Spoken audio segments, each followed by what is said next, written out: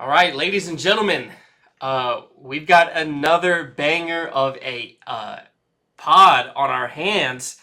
Um, a top three I'm pretty excited for. We'll get I into love it. later.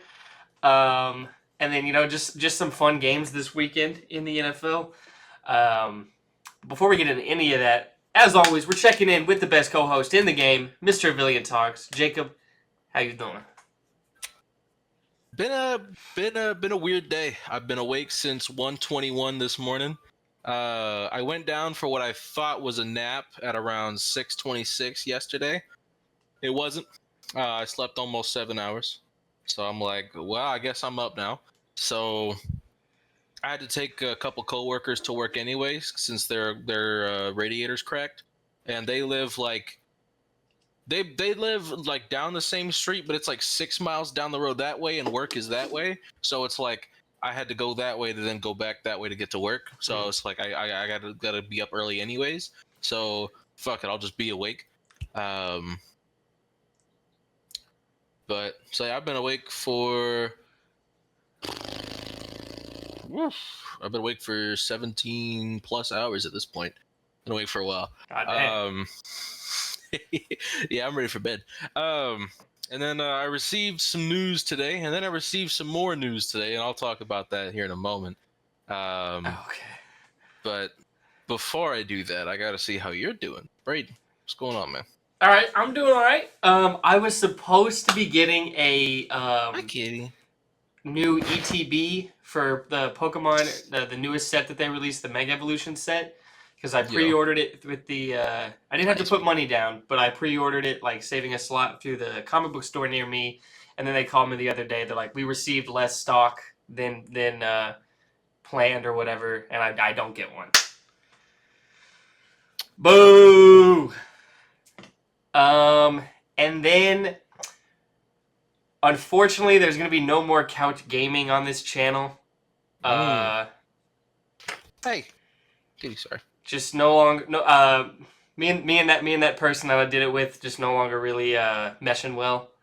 So Oh, it's going to be the end of that. I'm trying to think of anything else.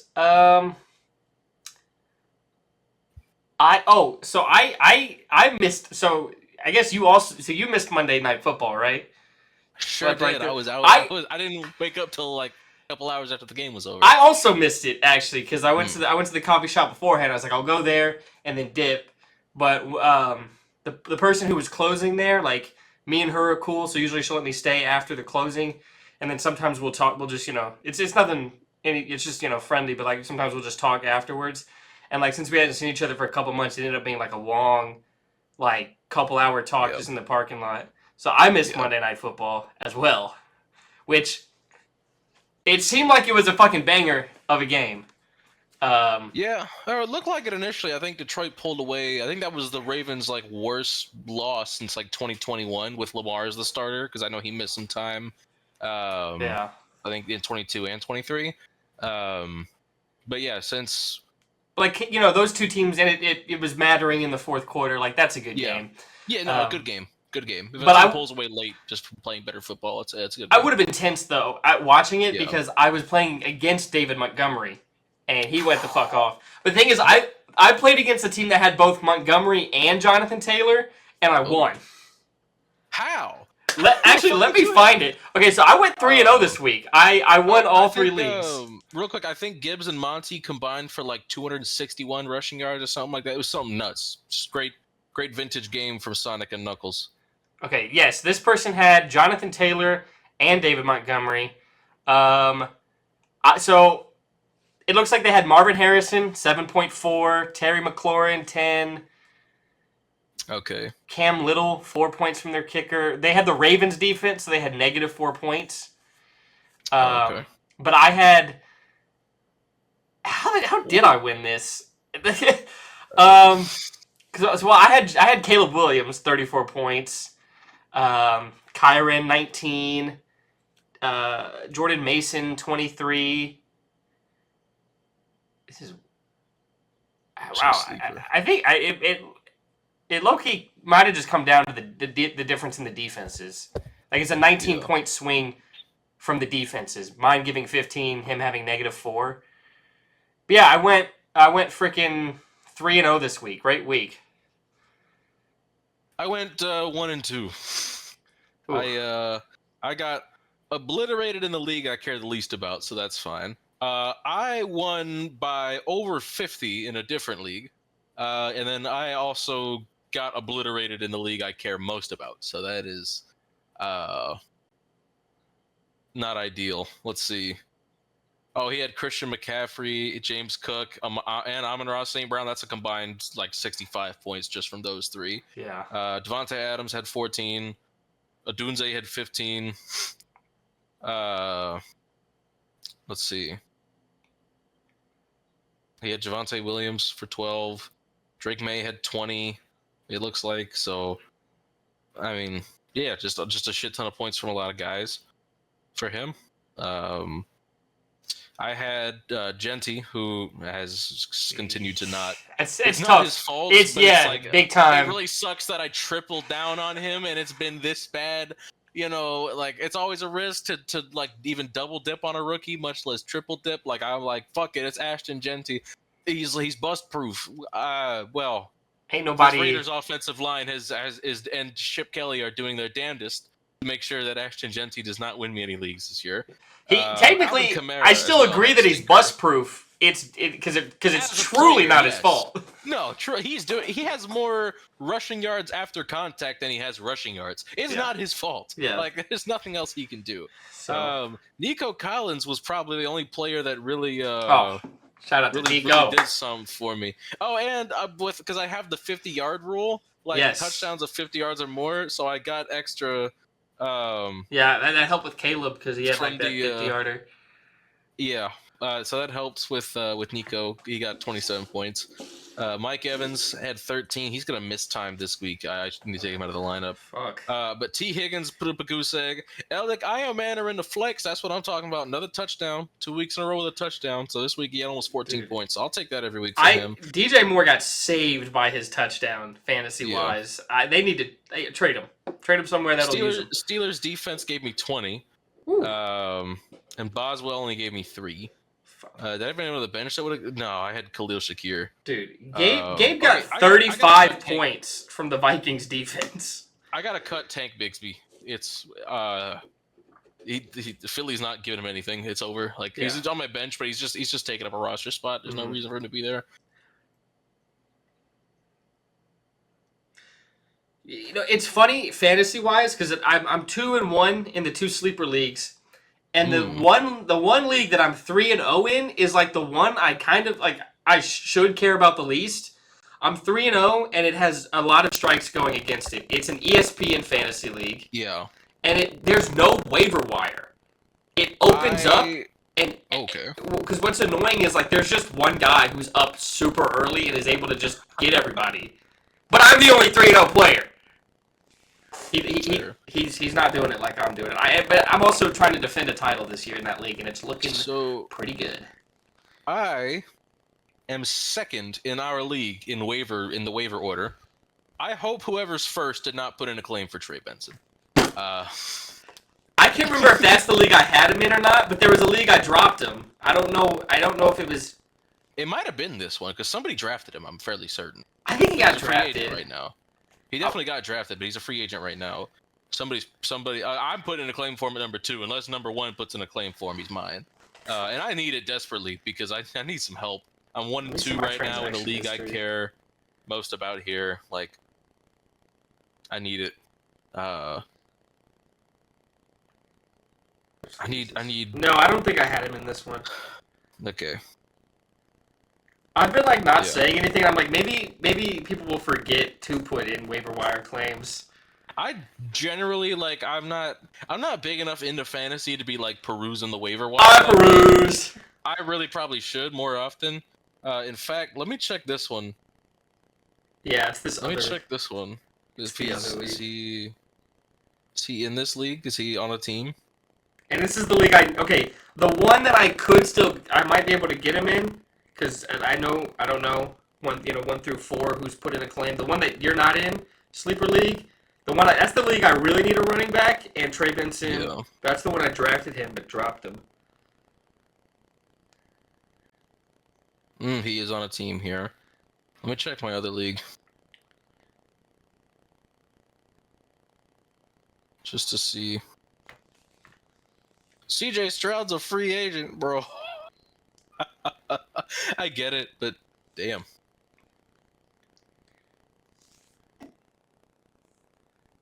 Yeah, Trey Benson's on a team in both of these leagues. Okay, he's a free agent in the sleeper league. I'm number 2 in the waiver order. Let's see what happens. Yeah. I just read the Texans are releasing CJ, and I thought there's no fucking way, and then I just realized it was CJ Gardner-Johnson. Pack watch, by the way, fuck that guy. Yeah. And he's made enough money, so I'm not really worried about his livelihood at this point. Yeah, he can get cut. That's fine. They said he requested a trade. Like, who the fuck does he think he is? He got traded for fucking Kenyon Green last time. Like, you're not that guy, man. It ain't how that works.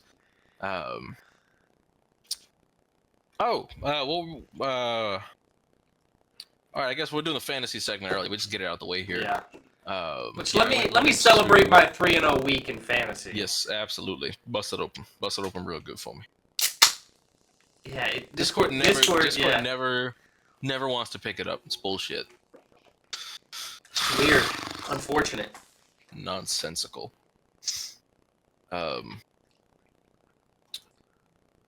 Oh, I think it's because there was one time you were echoing, and I did like a noise cancellation thing. Okay. I put that back on because stop here. So I think that's what's canceling it out. Because I'm like, why did it used to work and now it doesn't? That's got to be it. That's probably it. Totally forgot all about that. Yeah. All right, can I start the rant? Yeah, I don't have anything else fantasy wise. Go ahead. All right. Brian Callahan. Oh, you also got for a little second in the group chat. You got for a little second. I was more confused than anything. I'm like, he had a presser today. Why would he get fired? Yeah. And then that's why I asked him where he saw it, and then he said, "Oh, I was fucking with you." Okay, that makes sense. Because Gabe had said for the audience, Gabe said that Brian Callahan had gotten fired. I'm like, well, they scheduled him for a noon presser that he just had. Like, I don't know why he would have gotten fired. I guess Miss Amy must have really hated his press conference answers. She was like, "Man, fuck this guy." That's not a crazy idea. That's not a crazy idea of just like, he's on thin ice and he just fucked himself even more. And in he this completely shit the bed in the press conference. Yeah, he's gone. Yeah. Brian Callahan. He's a nice guy. He's got a beautiful family. I like listening to him talk football. He's not an idiot. Like he knows the game. Some guys are X's and O's guys. Some guys are coaches. He doesn't have it. He doesn't have it, and it doesn't feel good to say that. I don't get any joy from saying this on a personal level or as a fan. Obviously, like I want my head coach to be good. That's not, it's not ridiculous. It's not ridiculous to say that. It's not ridiculous to say that. Yeah, goes without saying. I'm going to say it anyways. I want the head coach of my football team to be good at his job, and I want to be able to say that he's good at his job, especially as somebody who has gone to bat for Brian Callahan more than most. I remember you were excited, like when you hired him. I don't think he was top candidate of yours, but you were still happy with it. Yeah, I wasn't upset. I liked him over some others, certainly. Like there were other candidates I would have not been pleased with. So I was fine with him. But yeah, guy stinks. Like I'm looking at so Cam Ward's been sacked 14 times. Not ideal through 3 games for your quarterback to be sacked 14 times, especially a rookie. Most in the league. But if you look at the time to sack on all of these sacks, from the time between the ball is snapped to the time between Cam Ward's brought to the ground, only one of those 14 sacks has occurred in under 3 seconds. That means your offensive line's actually not doing that bad of a job. Yeah. And frankly, like outside of Latham getting hurt and whoever we've been plugging in at right tackle, whether it be John Ojukwu or Oli Udoh being terrible. Udoh was actually okay when he had to come in because I think Ojukwu got the start again this week and was terrible, and then Udoh came in and I think Udoh played decent. And Lloyd Cushenberry's still not playing too well, but he also just came back from the Achilles tear, like just started practicing right before the season started. And like you're asking an offensive lineman to anchor on the Achilles that just sidelined him for 9 months. Yeah, I would expect it to take a little bit of time for him to really be comfortable. Honestly, take setting the his foot. season. Really, yeah, like if it doesn't look right, That's how it was in basketball. I don't know how, modern medicine, maybe it's gotten better, but it was like the season you come back is a wash. You're not going to be that guy. You could be. These tears are so tough. Yeah, you could be that guy the next year. But especially on the offensive line, every single, especially in pass pro, the guy's driving into you, and you have to anchor your foot into the ground to make after blowing out your Achilles, and he just came back, and you're asking him to do that 30 plus times a game. Like, that's tough. I get it. I'm not even mad at Lloyd Cushenberry for being terrible. Kevin Zeitler's been solid, but he's hurt now and he's missing time. And Blake Hance didn't look very good this last week. Peter Skoronski's one of the best guards in the NFL, has been since the second half of last year, and he's picked up right where he left off. He's been fucking awesome. I've got no complaints whatsoever about Peter Skoronski. I think he's allowed 1 sack and 8 pressures since the second half of last year. Guy's fucking nuts. He's awesome. He's a road grader in the run game too. He's everything you want in an offensive lineman. Genuine all-pro caliber player, and would be getting that recognition on a better team, frankly, especially with a better offensive line around him. Dan Moore Jr., I think a lot of people overreacted. The bill on Dan Moore was he is an average starting left tackle. He can hold up against the average pass rushers. The elite guys are going to beat him, and it's going to look ugly. In week 1, he had to line up against Nick Benito most of the time. In week 2, it was a healthy diet of mostly Byron Young, but some Jared Verse as well. Not an easy assignment. Didn't look good those first 2 weeks, and people lost their fucking minds. Oh, Dan Moore's terrible. We wasted all this money, because he did exactly what everybody thought he would, which was lose to the elite pass rushers. What happened against Samson Ebukam? He had him in hell. As you'd expect an average left tackle to be able to do, is lock up Samson Ebukam and prevent him from getting to the quarterback. All of the pressure in this game came from the right side, where the Titans had 2 backup offensive linemen playing. But the crux of this point, I was talking about Brian Callahan and how most of these sacks that Cam Ward has taken have been 3 seconds or more, a lot of them in the 4 or 5 second range. And you'd think, okay, he's got to get rid of the ball quicker. And I don't disagree. It's been a habit of his since college. It's something he has to speed up a bit. But there, a lot of these plays where Cam's getting sacked, there's no outlet. There's no easy completion. There's nowhere for him to really go with the ball on the all-22 angle. There's nothing. And as the head coach of a football team, you've got a rookie quarterback. Your pass protection is better, but it's still not. It's not elite. It's a somewhat, and especially you're missing 2 starters both on the same side. You know the pressure's going to be coming from that side. It's going to be a bit shaky. Get him some easy completions. Get him some quick outs. Get him something to speed up the game, so that he's not sitting there waiting for the right side to collapse like it did quite often in this game. And most of the sacks he's taken these first 3 weeks have been on plays where there simply aren't easy outs. There's nothing for him to really go to. And look, that's a coaching issue. That's a Brian Callahan issue. That's a play calling issue. That's, you need to help out your young quarterback more. Play calling has frankly not been a strength. Game management. Don't get me fucking started on game management for Brian Callahan. It's some of the worst I have ever seen from a head coach. It is laughably terrible. I mean, you get the ball back with decent field position with 3.5 seconds left. Your quarterback, you have a rookie quarterback. You need to see how he looks in this 4 to 2 minute offense. You need to see how he looks in this situation. You need to see what he's going to do. He needs the reps in this situation, frankly. He needs to be able to prove himself in this spot. You call 5 straight run plays, get to 4th and 1. The Colts take a timeout because you're lining up to go for it, and they want to have time to think about what you're going to do. You line up again to go for it. You're still not sure what you're going to do, so you take a timeout that now if you do convert the 4th down, you're going to have 1 less timeout to work with. And you're still thinking about going for it after having 2 timeouts to think about it. And then you put the field goal unit on the field, and the refs don't substitute with the K-ball, so you take a delay of game. How do you have 2 timeouts to plan what you're going to do on a 4th and 1 when you're already down by 11 points. Yeah, a field goal makes it a one-score game, but it's still a touchdown and 2-point conversion to get that, just to tie the game. And let's be real, the offense has not been very good. You want to get this touchdown here if you can. You have 2 timeouts to think about this 4th and 1. And at the very last second, you decide you want to kick a field goal, and it causes a delay of game. How the fuck? You should have known on the 3rd down play call what you were going to do in that situation if you didn't pick it up. Every coach in the league knows, at the college level, at the NFL level, even fucking at the high school level, when coaches call run plays on 3rd down, near the red zone, near, field goal range, in that area where you're thinking about maybe trying to get 6 instead of 3, based on the results of your 3rd down play call, what you're going to be doing on that 4th down. 100 times out of 100, you should already have that plan in place. It's 4th and 1. There should be no question about it. You should be going for it. But if you've got 2 timeouts to think about it, you should certainly have, even if it's the field goal, I can live with the field goal. You still technically make it a one-score game. Joey Sly's been awesome. It would be a 57-yarder. He has the leg for it. He's already made multiple 57-yarders this season. Totally fine with it. How on earth do you not have a decision made? Given 2 timeouts to make the decision on 4th and 1.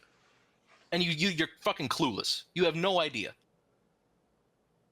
It's inexcusable for him to be. That was the 20th game of his career that he's coached, and this is a regular thing with him. It was the end of the half against Denver where he completely pissed away that sequence, where he called 3 straight passing plays from his own goal line. Cam Ward damn near took a safety, and the Broncos got terrific field position, and they got to drive down the field and score a touchdown before half. Unfucking believable. I mean, he's not good at anything. The team is one of the most penalized teams in the league. No discipline. They have the worst yardage differential in the NFL. They're tied for the worst point differential in the NFL. The play calling isn't good. And the game management is terrible. What exactly do you do here? What value are you providing this football team? Because at the end of the day, you want continuity for your rookie quarterback. You don't want Cam Ward to have to go through this X amount of play callers within. And frankly, I'll talk about this other thing in a second. But you don't want Cam Ward to have to go through several different play callers early in the league. You want continuity. But do you know what's worse? What's that? Being stuck with a bad head coach. Exactly. But what value does it provide to Cam Ward and frankly to the other 52 on the team? Because as important as quarterback is, it matters to everyone else too. As far as development goes, as far as continuity goes, how much does it really matter if your coach is just that bad? He's terrible. That's what he's been. He's been terrible.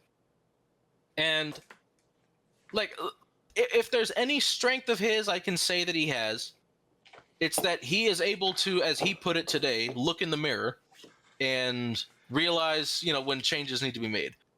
Over this offseason, he fired a good friend of his, Colt Anderson, the special teams coordinator, who was objectively terrible, one of the worst special teams coordinators in the history of the sport, and brought in one of the best in Bones Fossil, and it has made an immediate improvement. That's the one thing Titans have been good at this year, special teams. Insane to think about after how historically awful it was last year. They've been really good on special teams this year. And that's credit to Brian Callahan for making the right call, firing Colt Anderson after just 1 year, and bringing in Bones Fossil. And then today, I was ready to have a huge rant about this because I agree with this decision wholeheartedly, and I was frankly really, really going to be pushing for it today. We already got it. Brian Callahan announced earlier today they had a kind of impromptu press conference before the coordinators were set to speak, because the coordinators speak every Tuesday. And during that press conference, he made the announcement that play calling duties will be handed over to quarterbacks coach Bo Hardigree. And I think that's the right call, and I think that's the right person to hand them over to. Nick Holtz, the offensive coordinator, has never called plays at the NFL level.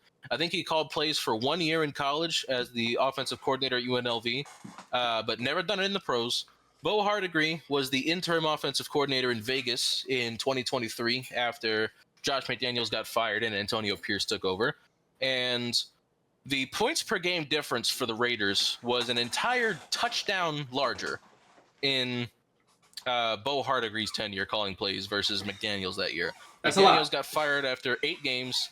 They were averaging 15.8 points a game with Josh McDaniels. They averaged 22.9 with Bo Hardegree. I would take 22.9 points a game with the way this Titans offense has looked so far this season. I would absolutely, in a heartbeat, take 22.9 points a game. Their rushing offense got way better. Hey, stop it. So in those 8 games with Josh McDaniels, the Raiders had 0 games of 100 rushing yards as a team. In 9 games with Bo Hardegree, they had 6.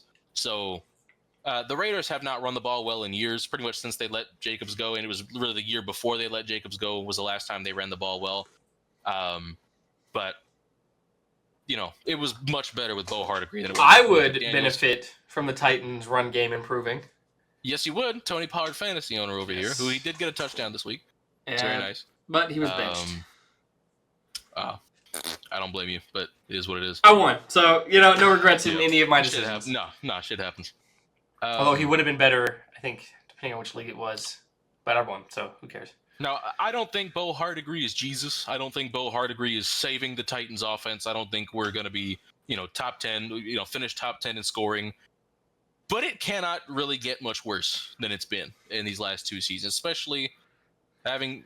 Don't look at me like that. Especially that's asking for something. You're asking for something, brother. You have some things are just bound to get better. Like J.C. Latham's going to get healthy. Calvin Ridley has to stop dropping passes at some point. I mean, there's simply no way he's this. The hands are this bad all year long. They were bad to start last year, and they got better as the year went on. Like I have to imagine. Calvin, take the under Ridley. Take the under Ridley. I'm going to bet the under this weekend just so he'll finally The Undertaker! The chemistry between Cam and Ioman is just going to keep getting better. Cam and Gunnar Helm as well. Gunnar Helm really got involved this week. He had 3 or 4 catches. Jim DK is getting more and more involved on the offense, and they're using him in some fun ways. He's getting end arounds. He's getting jet touches. He's getting just getting the ball in space, which I think is exactly how DK should be used right now in this offense. He's even lined up in properly in the slot a few times to give Lockett some relief, which is awesome. I do love to see that too. The young guys are gonna keep improving as they play more, and some things are just naturally going to get a little better. Defenses are ahead of offenses at this point in the season, anyways. But overall, I like a lot of some other trends for the Raiders. Like their play action usage went up quite a bit when Hardegree took over versus when McDaniels was the play caller. Play action is not in Brian Callahan's DNA. He is a Zach Taylor disciple through and through. Zach Taylor hates play action. Zach Taylor despises play action. Zach Taylor never runs play action. Now, Joe Burrow is not necessarily the kind of quarterback that needs it. But young quarterbacks almost always benefit from, increased usage of play action. Cam Ward, it's thundering out there. When the Titans finally got something going offensively, it's because Callahan kept calling play action on those drives. It's not rocket science. You're getting Cam on the move. Cam's very comfortable throwing on the run. Everybody knows that. You're getting him in space. You're getting him easy looks, and it worked. So, I think this is the right move. It was either going to be Bo Hardegree or Mike McCoy. I didn't even know Mike McCoy was on the Titans coaching staff until people started talking about Callahan giving up play calling duties. He was the Chargers head coach before Anthony Lynn got there. I did not know that happened this offseason at some point. I don't know when that happened. I completely missed that. Mike McCoy has a senior offensive analyst title in the Titans organization, and I would also have to imagine there's a good chance Mike McCoy becomes the interim head coach when Brian Callahan gets fired. Okay. So are you pro? What's the benefit in your mind to firing him mid-season? Because I go back and forth on whether I'm pro or against if firing the mid-season. Game management is this bad, if he was providing literally zero value to the team, I'd say rip the Band-Aid off now and at least hope. For one, teams always play well with their first game with an interim. It's just science. I don't know what it is. Yeah, that shit just works. That's always a lock. Especially if the interim is Bones Fossil. Bones is such a high energy guy. The locker room is going to be nuts in Bones' first week as the head coach. That's going to be a lot of fun. I think that would almost certainly be a win. depending on, I mean, unless they're playing, I don't know Buffalo, who's coming up on this. Yeah, like some team. wouldn't predict that, but I mean, if it's not like one of those kind of teams, I'd feel really good about it at least being really competitive. But so right now, I probably would pick them just because, like, fuck it. Yeah, interims generally win that first game. It's Jeff Saturday, who had never coached a game ever, won his first game as the Colts interim head coach. Like, shit just happens Against the Raiders, right? Yeah, yeah, I think so. I think so. Against the Raiders. Yeah, I'm the ridiculous. But granted, I think that was Josh McDaniels. So I was like tying it back into what you were talking about earlier. Yeah, who by the way has been terrible this year. Surprise. I do think Callahan is gone, whether it be mid-season or end of the season. I don't. It would take a lot for him to be coaching this team next year. And my primary options to replace him, number one on that list for me is Jesse Minter, Chargers defensive coordinator. Shockingly, did not really defensive guy number one. I get being like pro, like having one, but like with the rookie, with who will be their second year, right, quarterback. I feel like I'm surprised it's not an offensive guy for you. If there were better options, but like your options are Cliff Kingsbury, who is a terrible head coach. That's what he's always been. He was a terrible head coach at Texas Tech. He was a terrible head coach in Arizona. The game management stuff is not his thing. He's a great offensive coordinator. He should just stay an offensive coordinator, I think. Somebody's gonna hire him, and I get taking the chance on him. You hope he's grown if he does get a job this offseason. But realistically, I don't think Cliff's got it in that department. I just don't think that's who he is. I think he could grow and acquire those abilities. I wouldn't be rooting against him. Like if he gets a head coaching job, like best of luck to him. I just don't think that's who he is, and I don't want to be the team that takes that risk, personally. I don't want the Titans to take that risk.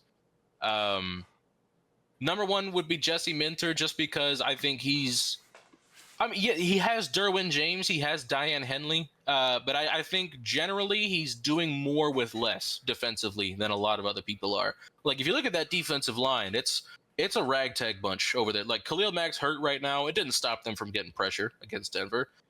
Caleb Murphy, Titans preseason legend from 2 years ago, Caleb Murphy got pressure on a play when I was watching the game. Like they got a few they got T.R. Tart and Naquan Jones over there too, like two Mike Vrabel castoffs that he just didn't give a shit about anymore. That are like T.R. Tart was one of those players Vrabel had a hate boner for. He has those every once in a while. And then Naquan Jones, who played well in his rookie year and I think got cut the following year because I guess his camp wasn't very good.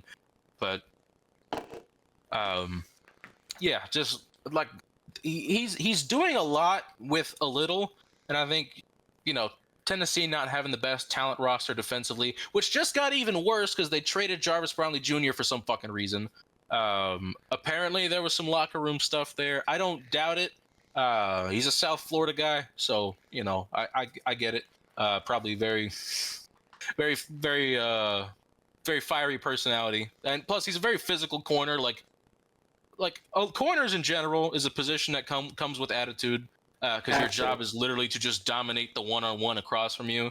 But also, like, with how physical of a brand of football that he played, like how somebody does one thing is generally how they do most things. And if your goal as a corner, like for Jarvis Brownlee, was just beat the shit out the other guy, yeah, I could see him being a locker room issue. Like, it doesn't shock me necessarily. It still sucks. Like, he's still a good corner. He's a starting caliber corner. He's 24 years old. He had 3 years left on his deal. He's way overplayed his draft value, and you didn't even get his draft value back. He was a 5th round pick, and you traded him plus a 7th for a 6th rounder. The return on investment here is not good, and probably the first miss of the Mike Borgonzi era as far as talent goes. But I mean, some people are like overreacting to this a little bit. Like, some people are just straight up they're like, are we sure Mike Borgonzi doesn't also suck? And it's like, the only good players on this team right now are the rookies. No, I'm pretty sure Mike Borgonzi doesn't suck.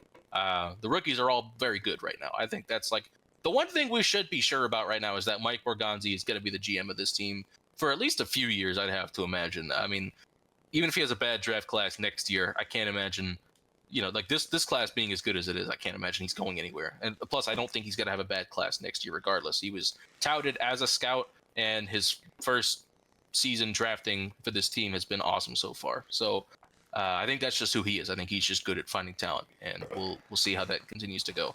But yeah, Minter. Plus, Harbaugh tree guy. Having that Jim Harbaugh toughness. I'm sure he's worked with him. He worked with him at Michigan. He went with him to LA when they left, so he's been with him for a while. Comes from the tree. Very definitely some Mike Macdonald vibes there. Similar defensive structure, and I love Mike Macdonald. I know you do too. Seattle right now, I think they're 2-1. Like, they're playing well, and I think Macdonald's a damn good head coach. And I think dominated the Saints. I mean, bad team, but like to put up what you did. Teams are supposed to beat up bad teams. Like that's they handle their business. And like if Jesse Minter is just Mike Macdonald 2.0, I'm taking that 100 times out of 100. Like absolutely. I think low key. Like, going off of what, because you were talking about how picking a defensive guy first, maybe the perfect combo for, like, a coaching staff is to have, like, an OC who, like, tried out as a head coach but failed but is a great OC, and then, like, a defensive guy that's going to stay there. Defensive mind, and then a good quarterback. Yeah. Like having a Todd Monken because he's, like, 59 years old, like, that's so perfect for Baltimore because he's probably not going anywhere at this just because of his age. Yeah. You talked about Cliff, like if he stays with Washington, I think that's a good duo. Over in with Mariota. I mean, maybe the Raiders aren't as good as I thought they were going to be this year, unfortunately, but still, like with Mariota, being able to pull that off. Which sucks. Well, I would have really liked to see Brock Bowers making plays in the playoffs, Ashton Genty doing his thing. As much as it stinks, like I don't even think Mike McDaniel's a bad head coach, but realistically, he's probably not lasting after this season because Miami's terrible. It's not his fault, I don't think, but like, he's probably not going to be a head coach next year. When they were good, they had I remember when they were good, they had like their edge rusher just got fucked by injuries. Like they've had derailments here and there. Yeah, him as an OC. Control. That's what I'm saying. Immediately. I don't know if Minter and McDaniel know each other at all, but like, if Jesse Minter could land Mike McDaniel, that's a match made in heaven right there. Having McDaniel on the offense and Minter is the head coach calling defensive plays as well. Like that's tremendous. That'd be the slam dunk for me this offseason. Another one I wouldn't hate if he gets fired this year, and especially if he's not getting other head coach offers. I wouldn't hate Kevin Stefanski. Absolutely not. I like him as a coach. It's just that organization is cursed. If the Titans wanted to hire him as the head coach, I wouldn't be opposed to it if he gets fired. I think I wouldn't hate it. I think he's very much like it's very reasonable for him to be one of those fired somewhere immediately a head coach against somewhere else. I think Jimmy Haslam is that bad of an owner. I really do think that he is dragging that team down. It's so obvious, and like with how much money got paid out, like the quarterback decision, I don't think was made by Stefanski. No, that was Haslam's decision. I don't think Andrew Berry should be carrying water for that either. Imagine the Browns. Imagine the Browns with Baker right now. Yeah. Now maybe Baker's probably gotten better like through his journey. Yeah. So but still, I still think he probably would be. I mean, he'd be better than what they have now.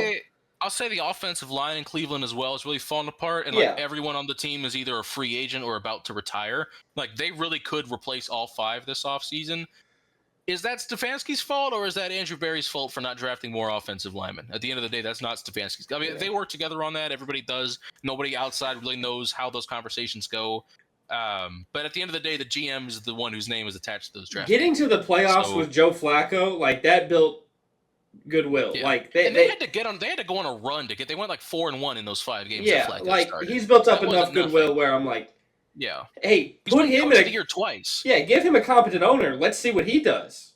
Yeah, which I think Amy Adams Strunk is very overhated by the Titans fan base. Mm-hmm. She does not make football decisions at all. Like she would not force a Deshaun Watson trade and force Baker Mayfield. That's not something Amy Adams Strunk would do. Not even. She hires people. She lets them do their job, and when they suck at their job, she fires them. That's what every owner in every sport should be doing. You should be sitting back, collecting checks. If shit's going wrong, you step in. That's it. And that's exactly what Amy does. And for some reason, people have an issue with it. I don't get it. I really don't get it. Hey, as somebody with a fucking really involved owner, you don't want that. You do not want that. Titans fans, listen to me. Stop complaining. You don't want it. You do not want that. People say like sell the team to somebody who actually cares about winning. She wouldn't be firing somebody every year if she didn't fucking care about winning. Like if somebody's not getting the job done, they're going. Mike Mularkey won a playoff game, and she still fired him because she knew she could do better. And she was right. Mike Vrabel was better than Mike Mularkey. Like he took us to an AFC Championship game in his. Maybe I'll need another Mike. Team. Maybe that's all this comes down to. Well, we should have had Mike McDonald. Damn it, that's who we should have hired. Is what it is. That was one of my guys. That's one of the guys I really wanted. But yeah. Now it's Jesse Minter time. Yeah, if we're gonna go with a retread coach, if Stefanski gets fired, I'll take him happily. Hell, if they want to make Mike McDonald the head coach, or excuse me, Mike McDaniel the head coach, I'll take that. That's totally fine too. Because I would trust him to at least do enough offensively to give Cam Ward either a better chance or at least give him a couple. If he doesn't last forever, give him a little bit of here's a good offensive mind. Learn from that. Maybe he's not here your whole career, but it's something. Yeah. And like you're saying, where you guys are at right now, fuck it. Let's take a shot somewhere. I like Joe Brady. I'm hesitant on him. Like as a head coach, he's still very young. I don't know if he's ready for all the involvement that it comes with. I don't always love his offense. Like Buffalo's weird the way they use their receivers. I'm not a huge fan all the time, but at the end of the day, it works. So that's I wouldn't be upset at all if we hired Joe Brady. He's definitely on my short list. But beyond that, I really like Jeff Hafley in Green Bay. He was a head coach at the college level. He's coaching Boston College. Up until the last couple of years, he's been the DC in Green Bay. Now he's in year 2 as the DC in Green Bay. He was phenomenal last year and before they brought in Micah. Micah has transformed the defense even further. And I think Hafley's awesome. I think, and he has head coach experience. He knows how to run a team. I'd be totally fine with that too. But as far as offensive guys go, outside of Joe Brady, I don't really know. There's not a lot right now. There's not a good year in the NFL to want an offensive head coach. Yeah. If you want to go defense, you've still got Brian Flores. If you feel good about him, I don't want him to a team with a young quarterback. If Brian Flores is going to go somewhere, it should have been like Dallas last year. Would have been a great destination for Brian Flores. Yeah, because Dak can handle that shit. And certainly Dallas's defense would be better right now if they had Brian Flores as the head coach. But that's the kind of team he should have went to, or anywhere with an established quarterback, but not a guy going into his second year. I want Brian Flores to stay in Minnesota. I think that is the best. That's the best duo. I think he's also fine where he is. I'm totally fine with that. That's an outstanding duo. Him and KOC. But yeah, the one that I really would push back on, and I've seen a lot of these, and I really don't get it. A lot of Titans fans want John Gruden. He's gonna be 60. He's gonna be 63 next year. This team has a long way to go still on the talent aspect of things. I don't think 63 is that. He was also terrible the last time he was coaching in the NFL. Well, because he's on Barstool now, and people are putting him in clips again. All of a sudden, we're just forgetting how terrible he was in his last stint in the NFL. He sucks. That is all it takes. It is what it is. He's not good. We don't have to pretend that he's good. He was good. I want better fucking execution. Yeah, he was a great head coach. They see that clip and they go, "That's the attitude we need." Hey, well, that's like people looking at Mike Gundy clip from his rookie season as the coach, where he's I'm a man. I'm 40. All you come timer. talk to me. But speaking of Gundy, just got fired today. Yeah. So Gabe was celebrating. I love Mike Gundy. It is what it is. I know. I mean, doing that for your player, that's great. Yeah, I mean, at the end of the day, it was probably time. I get it, but also, that's his alma mater. He was there coaching for 20 years. Good for him. Long career, mostly a good career. Ended roughly these last few years, but shout out to Mike Gundy.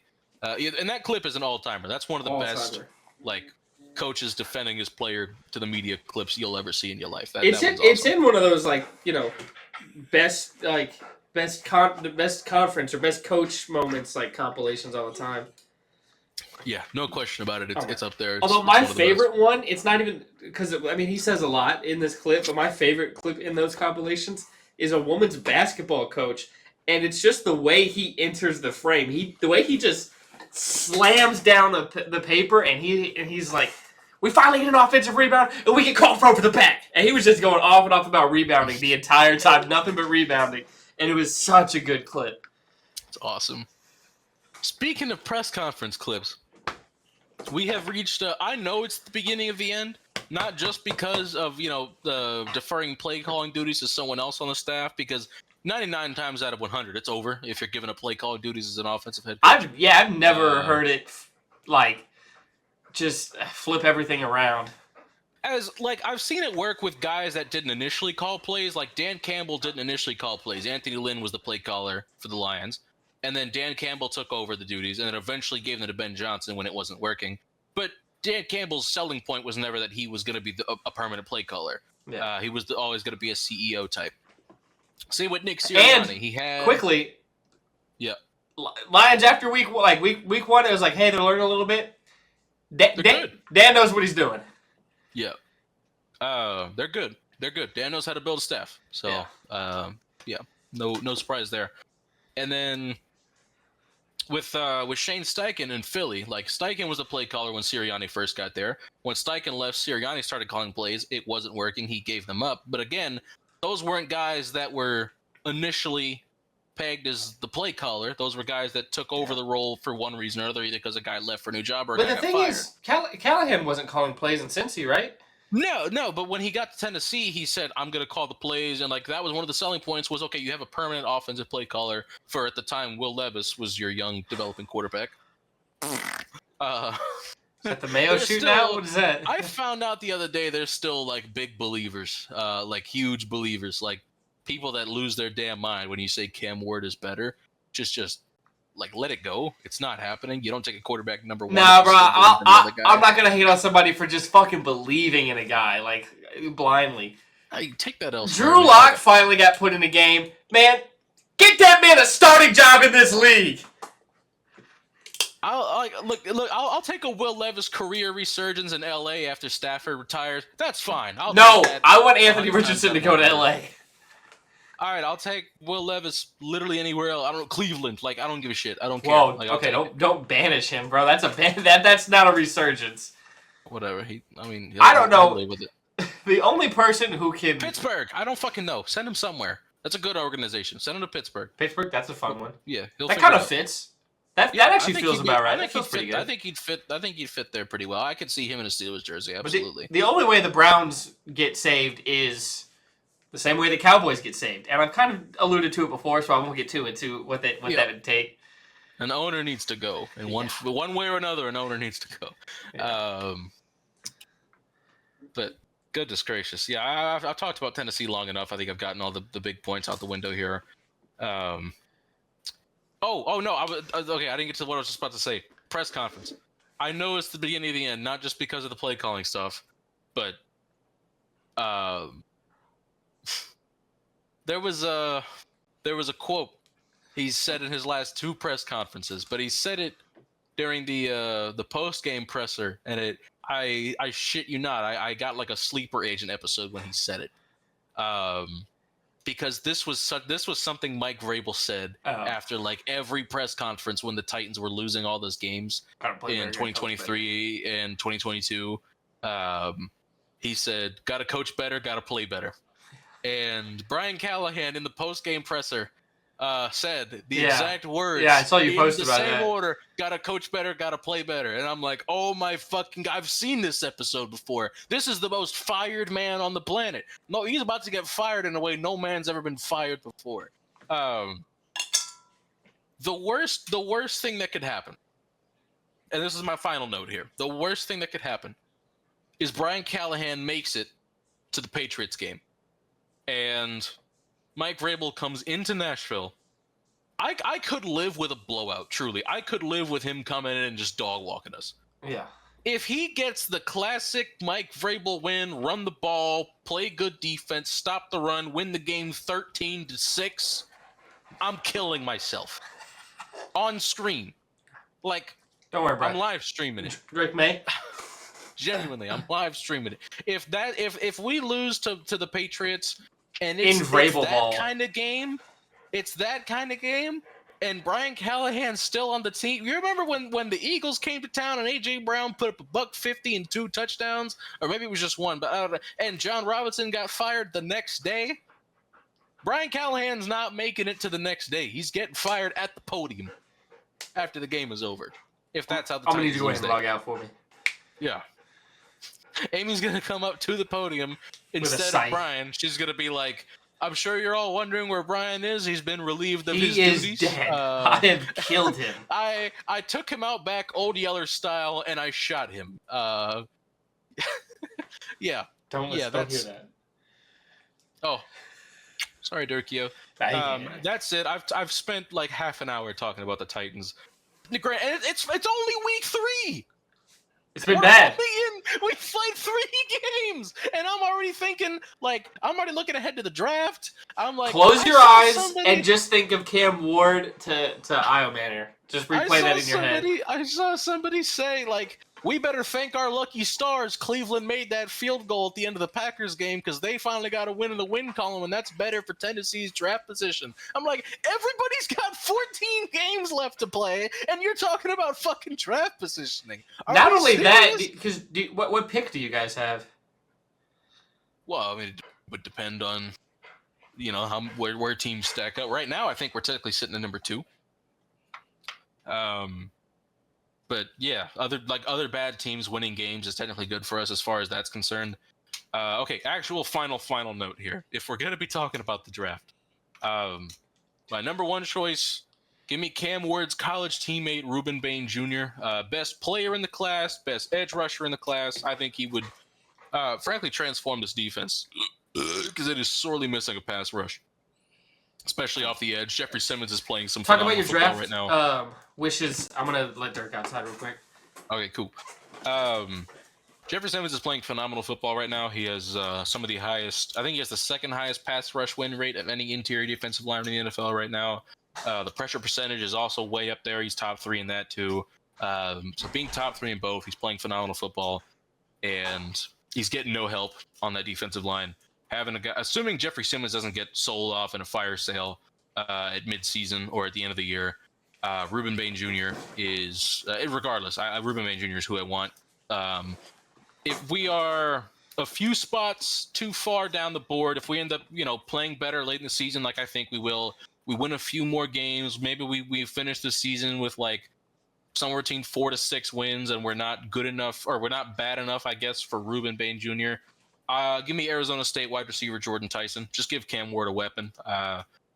Frankly, I'm fine with just taking the route of giving Cam as much help as possible in this draft and worrying about the defense next draft, or buying a defense with the $160 million in cap space we have this offseason. However the fuck much. I know it's the most in the league heading into next year. Re-sign Roger McCreary and then just buy the rest of the defense. That's fine. And then draft Jordan Tyson, among other things. Or Mekhi Lemon if we're out of range for Tyson, too. I don't give a shit. Just draft a receiver. Give Cam some help. My kingdom for a receiver with a functioning pair of hands, not named Alec Eilman or Gunnar Helm, because they both catch pretty much everything. That's it. We can move on. Sorry about that. Sorry about that. Whew. Man, a lot of blocked kicks. I mean, that's the thing everybody's talking about. Just we had one. Yeah, shit ton of blocked kicks. Yeah, in our game, Joey Sly had one blocked. It's always fun seeing, like, you know, what's considered at the time a great team fall. So watching the Browns of all teams manage to beat the Packers after they seemed like maybe arguably the best team in the league was a fun sight. Yeah. The Jets blocked a kick just to set up another strengthening point in Baker Mayfield's MVP case by giving him another drive to win a game at the end. Game-winning drive. Which, you know, hey, top 3 MVPs right now, for me, it goes Josh Allen, Baker, Herbert. It's my top 3. Baker over Herbert. It's interesting, but I get it. Yes. Just yeah, give me the bake show. Which well, I mean, I guess next week would be after week 4, so that'll be the quarter check-in. Right? Yeah. So I guess Yep, I next guess week is the yeah. quarter chicken. I guess I should hold off on that combo, but I suppose. I mean, what are the all right? We did this last time. What are the 5 best teams in the league now after another week? I don't think much has changed. Like, did Lindor just hit a leadoff homer? Yes, he did. Thank God. Okay, sorry. The Mets, for the first time since April 5th, are outside of the playoff picture right now, and there are 6 games left in the season. So, like, I have the game tabbed in the other monitor just because the Mets typically play better when I watch. It's usually when I don't watch that they lose. So it's been like I've got it over just so that they can think I'm watching, and they just hit a leadoff homer. I think he took the second pitch for a home run. So yeah, it's a good thing I got it on over here. Leadoff Lindor, shout out. Actually, you know what? Since not much has changed, I'll change the question because I saw this posed earlier as well. Let's talk about what the worst 3-0 team is, and then the best 0-3 team. Who do we think that is? So worst 3-0 team. 3-0 is the Bills, the Chargers, the Colts, the Eagles, and the Niners. I think my groceries just got delivered. Okay, I'll let you handle that boy real quick. I'll try to keep the audience entertained. God, that ass fat, goddamn. Okay, I don't think he's gonna like my answer for worst 3-0 team. And frankly, like they're not a bad 3-0 team. Everything they've done so far this season's looked good, but I will be saying Indy he gets back. Just because I don't trust them as much as I trust the rest, just from what we've seen from the Colts these last few years. And like how they've won, like it might be sustainable. Like I'm not gonna make any sweeping conclusions here. We'll see. I will put those up later. Cool. Unplug. So worst 3-0 team. I already told the audience you won't like my answer, but I also prefaced that with they're a really good team. I don't like this is not like I don't think they're a fake 3-0, but I do think it's Indy just on the basis that we've seen all the other ones do it already. Mm-hmm. We haven't seen Indy sustain this success, so no, I think by obviously default, I need to see them fair. sustain it. But I think I think the comparison to last year's Saints, I think that's been pretty unfair. They're way better than that. Way better than given who they beat, the Broncos. You want to talk about the penalty at the end? Whatever, that game was still close regardless. Yeah.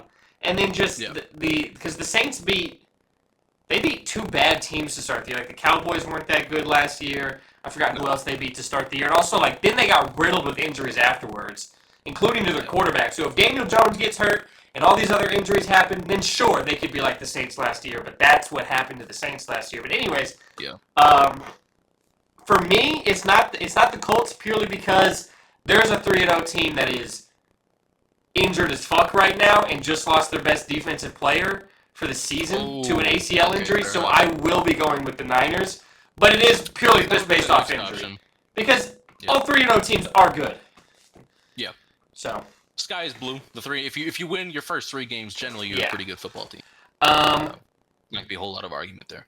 Best 0-3 team is so 0-3 is a far more interesting. Yes, option. it's a lot more fun. We have the Saints. We have the Giants. Mm-hmm. We've got the Jets and Dolphins. And then we have the Titans and Texans. It's like everybody but Tennessee. I feel like, I like Houston. You kind of almost maybe think they'll figure it out, but like I'm not holding my breath on it because like C.J. Stroud looks frankly like bad. Yeah. The offensive line is bad. Mm-hmm. The play calling is bad. The running game is bad. If the defense is good. If Justin Fields was healthy. I would, but maybe they wouldn't be 0-3 if he was after this with the last game. I don't know. Yeah. They're still playing hard. Like I think that's a well-coached team. I think Aaron Glenn's got the ship right. I think it's a good culture-building year for them. I think they've got an argument here. I don't know how long Justin Fields is supposed to be out though.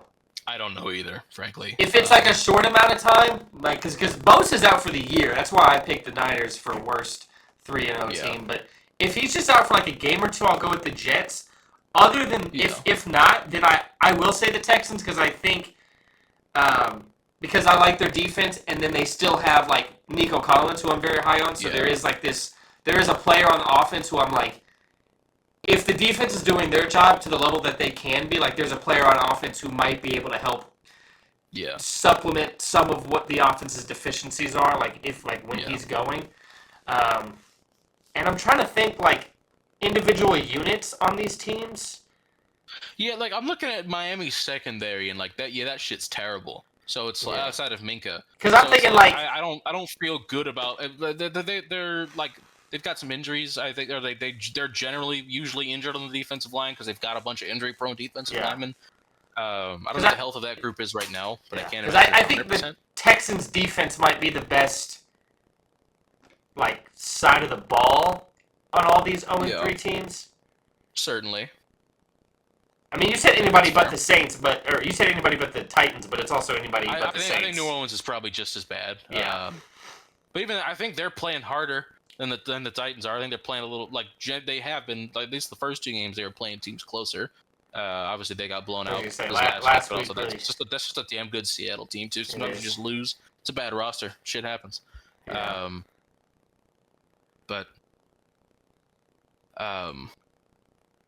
Yeah, I think the Jets are a good answer. I think Houston's certainly got a case to be made there. For me, it's if Justin Fields is healthy, I'll say the Jets. If not, I'll ride with the Texans.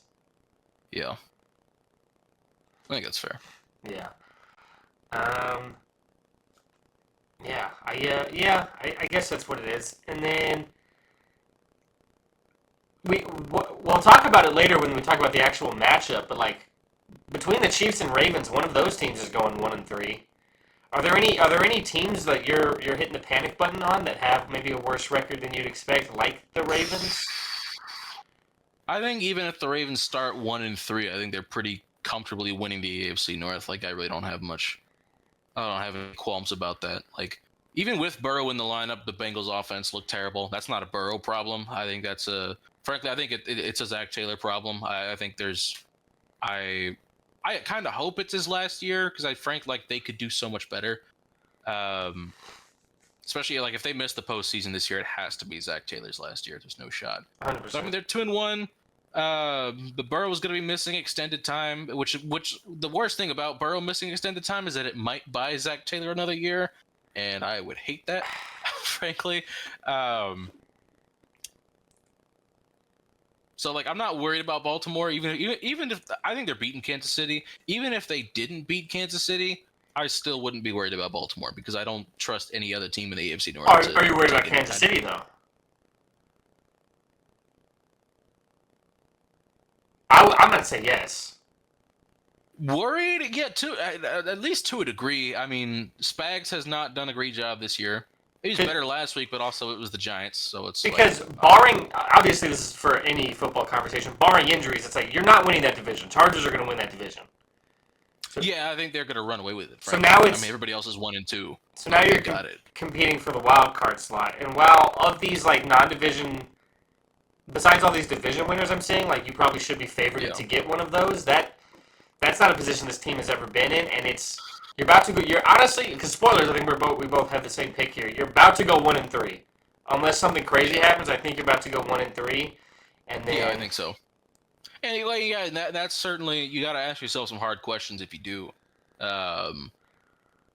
About the future of this team because this could be a weird turning point for Kansas City as far as who they want to be. Yeah. Because going forward, they might do some heavy retooling this offseason. Because it's you're not gonna have Travis Kelce for much longer. I wouldn't be surprised if he retired at the end of the year. Not saying I think he's retiring after this season. I would bet it. I would bet that he would, but no guarantee. But I would.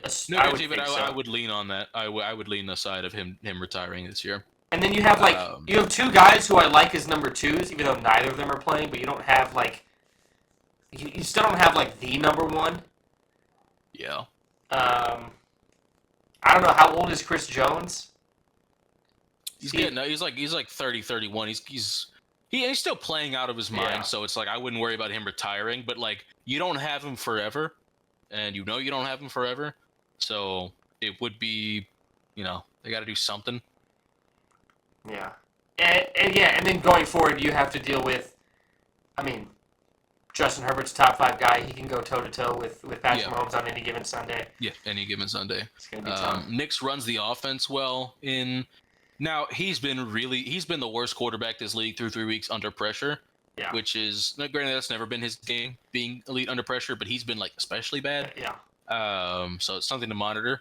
If Bo Nix says the worst quarterback in the division, that's a really good quarterback division. It's a good quarterback division, yeah, and frankly he is, because Gino's better.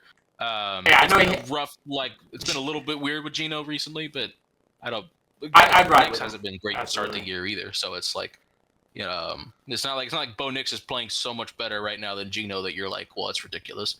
I'd ride with Gino as well there. Yeah.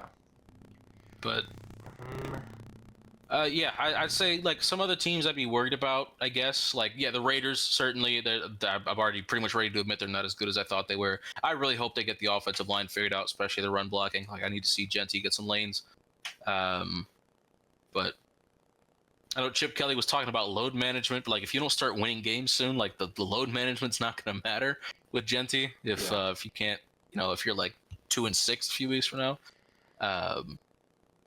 So we'll see. We'll see how that all plays out. Like, I don't know. It's too early in the season to be pressing the panic button for most teams. Like Chicago, got a good win. Like the NFC North is just so good. Yeah. Such a damn good division. Detroit bounced right back. Minnesota, without McCarthy, looked just. I mean, the offense wasn't great. Like, Wentz didn't play well, but they were so good defense. Isaiah Rodgers just by himself, just fucking ridiculous. Well, yeah, Isaiah Rodgers by himself outscored the Bengals. Yeah. So, I mean, you can live with it. And then Green Bay, like, it's a tough loss for Green Bay. Like, they're still a top 3 team in the league for me. Like, this doesn't change. They ran into what I think has statistically been the best defense this year. Phenomenal defense. Obviously, it depends on what I think metrics you look at, but Jim Schwartz is awesome. Fuck it, man. You ran into Myles Garrett. Like, that's all right. Myles Garrett's worth a game every now and then. He can. If Stefanski gets fired this offseason, and if Cleveland's whole like staff goes, I wouldn't hate Kansas City firing Spags and picking up how did I just forget his name? Jim Schwartz. Would not hate Jim Schwartz coaching Kansas City next year. That'd be awesome.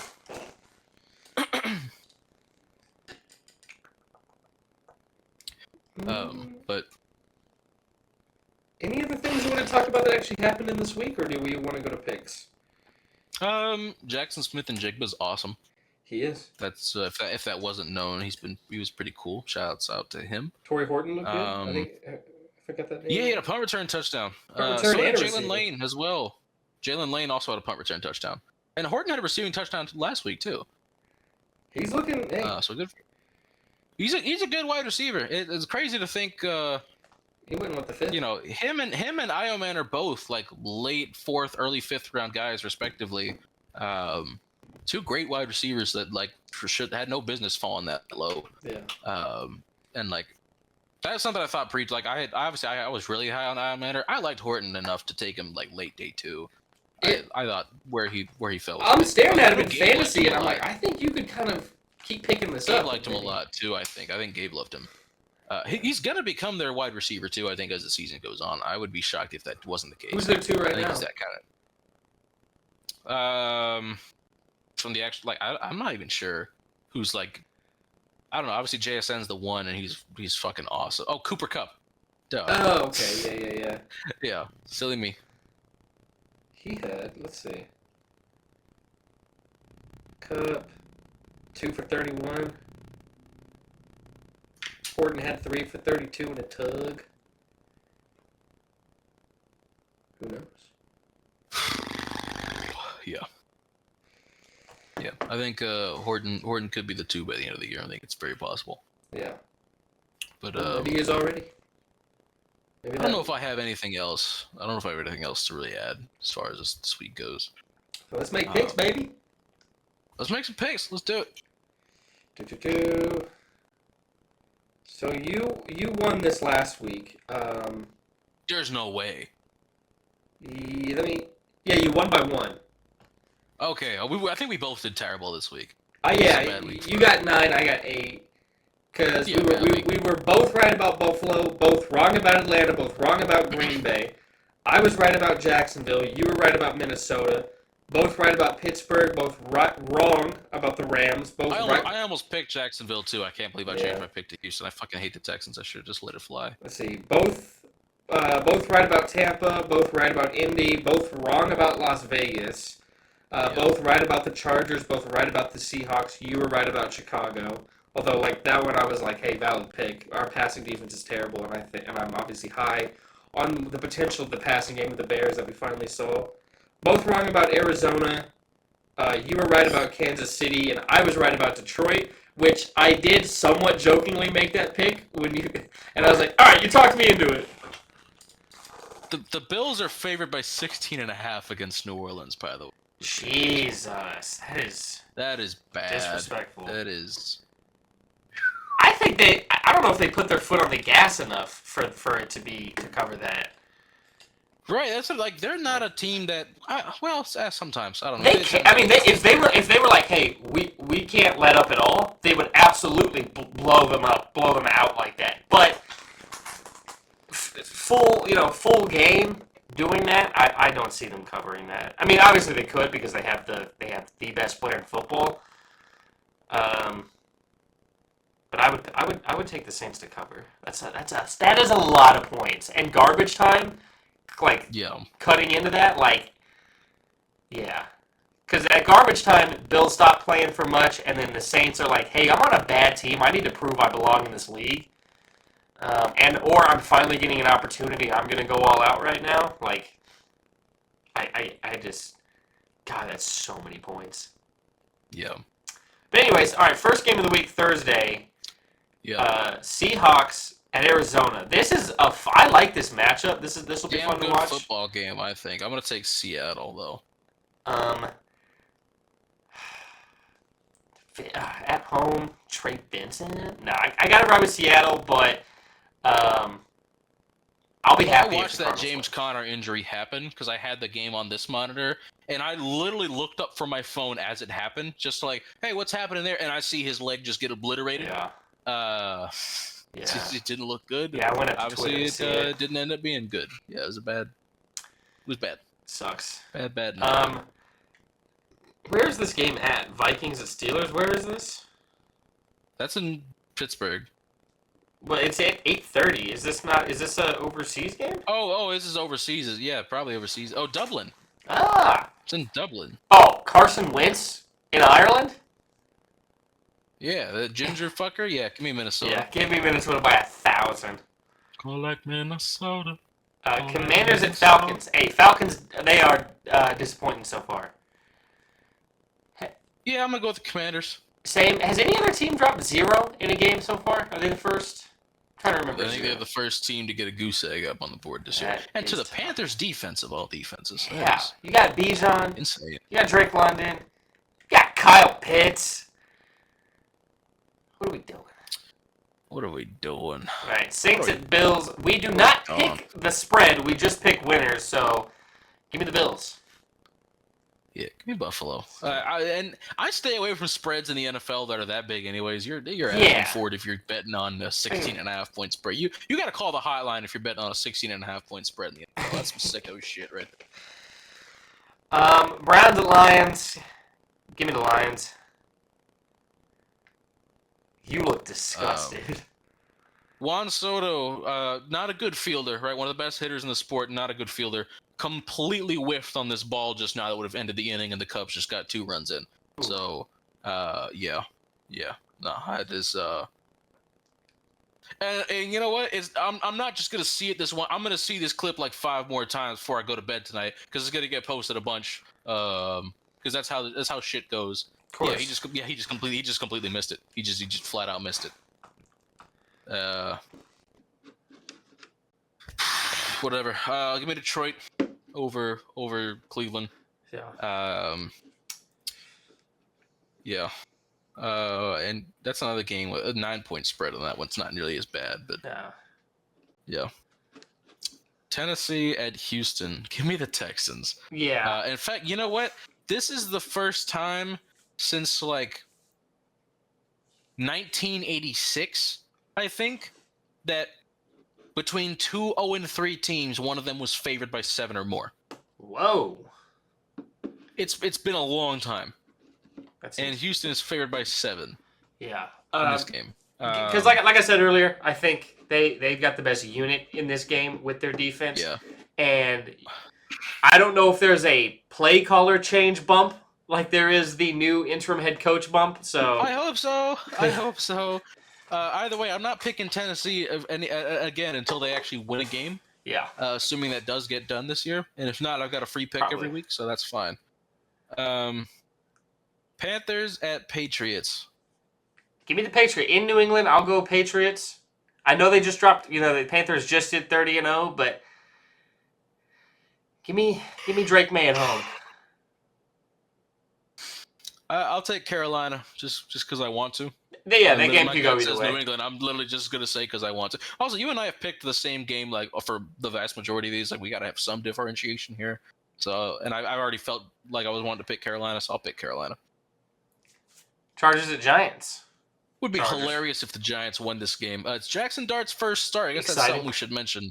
Throwing him to the Wolves having immediately. to get your first start against Jesse Minter, life ain't fair. He does have the benefit for a rookie being like a 4-year starter. Like that's not too common a thing. I think he was. I heard 4-year. Colin Cowherd called him a 4-year starter. 3.5-year starter. Okay. He took over, I think, for Keaton Slovis in his freshman year at USC. I want to say like the last few games, but he didn't go into the year as the starter as a true freshman. He got benched because Slovis was. He came in because Slovis got benched for being terrible. That's the year Slovis transferred to. Regardless, I think Pitt after 3.5-year starter, whatever. Regardless, multi-year starter. But regardless, I mean, this is still a tough ask for a rookie, but we'll see. I like Dart, but this isn't going to be the week for him to show it. I think. I also didn't know you were still tapped into Cowherd. That's not a dig by any means. Ain't nothing wrong with it. I recently like kind of been getting back. I've been thinking about it just because he's so funny. He is. Once you're just like, God, this is just a married man who just is not weird. It's just he just goes home to his family. He just gives like his old head ball takes. You're like, fuck it, man. Yeah. You made the joke that's your dream future right there. Is just to be Colin Cowherd. Just talk, be a wife guy who just talks about football. Like, yeah, fuck yeah, that's my dream occupation. The problem with like sometimes Cowherd sometimes the old head ball takes are just accurate. Like, yeah, you can have all the numbers in the world, analytics on your side, and then shit just doesn't play out right, and they're like, they choked. He was talking me in. They must. He was talking about quarterback heights, and I was like, you know what?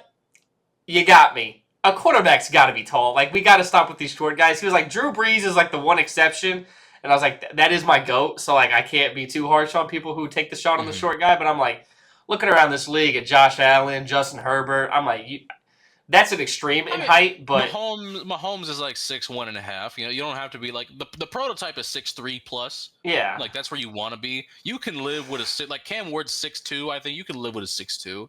But generally, I like him tall. I like him 6'5", 6'6". That's what you like. But I'm saying, like, if we're questioning if you're 6 foot, it's starting to get it's getting dicey. I frankly don't want to draft them if they're that short because you're not going to be able to see shit. Like, yeah. We've seen it with Kyler Murray, like his inability to properly attack the middle of the field over the course of his career. Like, and to survive as a Kyler Murray, you got to be was the exception. You got to be a fucking athlete. Yeah. And even then, we're still like Kyler Murray's still in like a weird, iffy gray area as a quarterback. Yeah, I feel like there's like I don't know. He's in like year 7 year 7 at this point. We're still like, is there another gear in there? Is there he unlocks? I think at this point the answer is no. Like he just is who he is. It was just unfortunate. Like I wish. Yeah. Jesus. See, that's what an outfield play looks like. Also, what's going on with Marvin Harrison Jr.? Yips. I mean, must be 1.5 yips. With like one insane quarter. This just didn't show up in college. Is my thing. Like I don't know. I frankly have no idea. I don't know where any of this is coming from with him because this was not that drop that he had. The ball was floated right to him and he jumped for no reason. Like that was not a jump ball. That was Scotty just Miller landed in your chest. Yeah, the Traylon Burks. Like, bro, just catch the ball.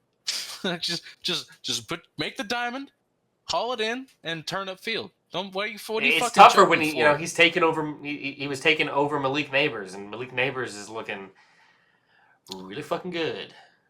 Yeah, like I said when we did our mock drafts, there were some NFL teams that preferred Malik Neighbors to. I think even the Chargers preferred Brian Thomas to both, from what I heard. Like when they were picking at 5th overall, they were thinking Joe Alt or Brian Thomas Jr. is what I was told. From what I heard through the grapevine. I need him like to Brian get over Thomas his Jr. that fucking much. yips. Yeah, he's got it. He legitimately has it. Because he was I don't know what great last year. So good last year. Something in the water over there. But he had one play that I looked at and I was like, this could be the play that gets him out the yips. Like he just had like one catch, clutch, big game. And I was like, maybe this is what changes it. Anyways, Eagles at Bucks. Give me the Bucks. Bucks have been the Eagles' kryptonite these past couple seasons. I'm gonna bet on that continuing. And they're at home, and I like better quarterback. Eagles offense looked better this past week than it had, like because they had to lock in. I don't trust it. Like, and for like we can. I haven't been like super against it because I like if they're just good at running it, I get it. But like, at this point, I'm in favor of the tush push being banned just because it does feel like there's a false start pretty much every time they do it. Officiate it it correctly. Called. No, it's and I get it from the ref standpoint. Like it's hard to see. Yeah. And if that's the case, like okay, maybe it just should. Also, it's bad for the sport. Like it's bad for the product. Like as a fan watching the game, if you know they can just line it up and push him and that's it. That there's a 4th down conversion. There's a touchdown. Whatever the case may be, it's not fun to watch. If it's damn near automatic. And it's not an interesting play. It's bad for the product. Were the Bucks the only ones to get them to stop the tush push? Was it the Bucks? I think because Vita Vea is fucking 350 pounds. Yeah, because there was a game where like I think they tried it like twice and didn't get it, or something like that. But yeah, so we're both running with the Bucks. Like all right, Colts at Rams. It sucks. I wish the Colts could keep going on, but I do think this is the week. I'll be taking the Rams at home. Yeah, I think the Rams are going to be more well equipped to handle what the Colts have been doing offensively than any other team has been so far. They did the 2022 Brian Daboll method against Tennessee, where they literally just spammed bootleg the entire game and it worked. They didn't do that the first 2 weeks. I think it was a matchup thing with Tennessee. They thought they had it, and certainly they did. But I just think generally they, I think the Rams will be a bit better equipped to handle that. So I'm gonna go with the Rams here. Yams house. Jags at Niners. Mac Jones revenge game, baby. Give me the 49ers. Give me the Jags. I totally respect it. Injuries are stacking up. Mac Jones with Shanahan, that's not something to just look over, but give me the Jags, and I think Brian Thomas Jr. is out of the yips. I think he's going to clear through the yips, and we'll see. Would be nice. I'm not saying like he's going to go for 150 and 2 tugs, but we might see 95 yards out of Brian Thomas Jr., which would be really nice. Give me the Jags. All right, Ravens at Chiefs. Give me the Ravens. Yeah, pretty comfortably. I think. Give me Derrick Henry not fumbling in the clutch again.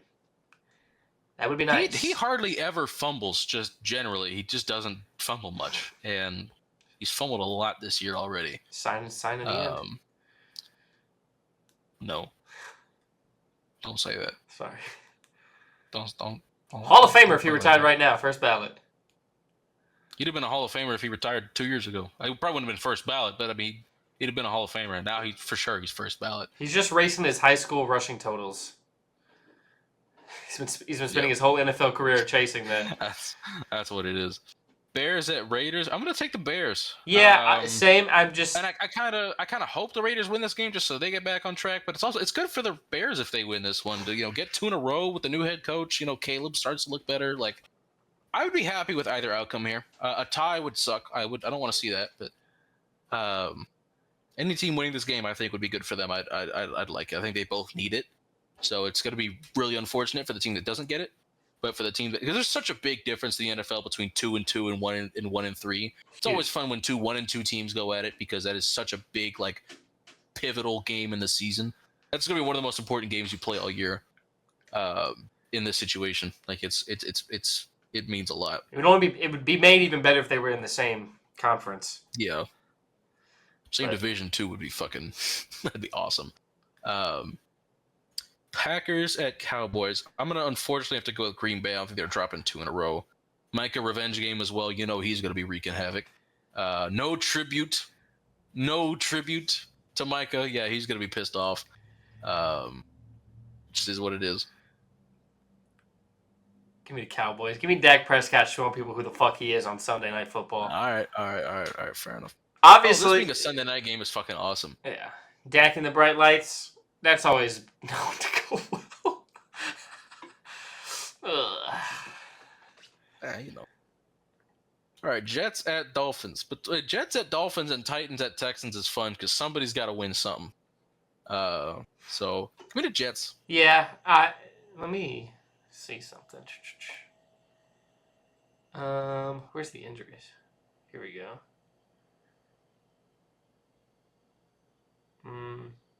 Sauce Gardner, questionable.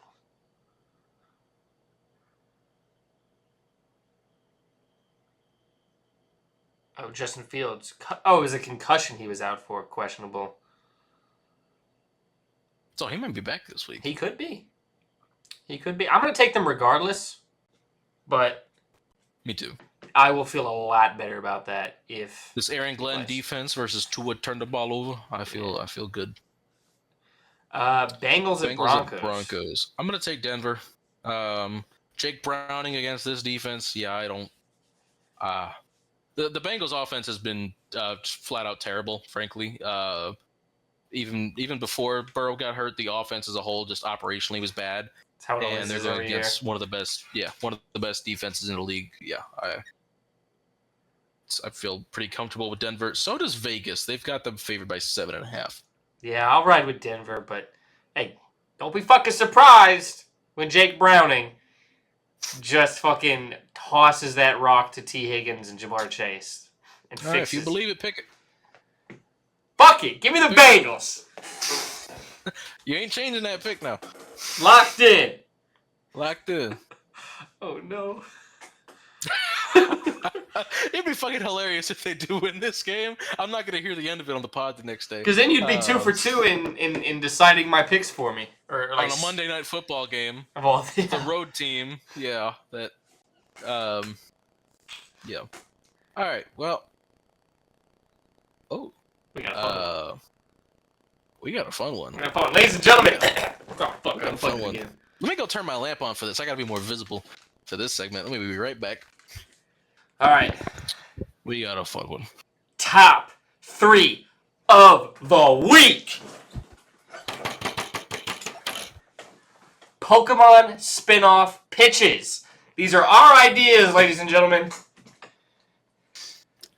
For 3 potential Pokemon spin-offs. Do you want to kick us off?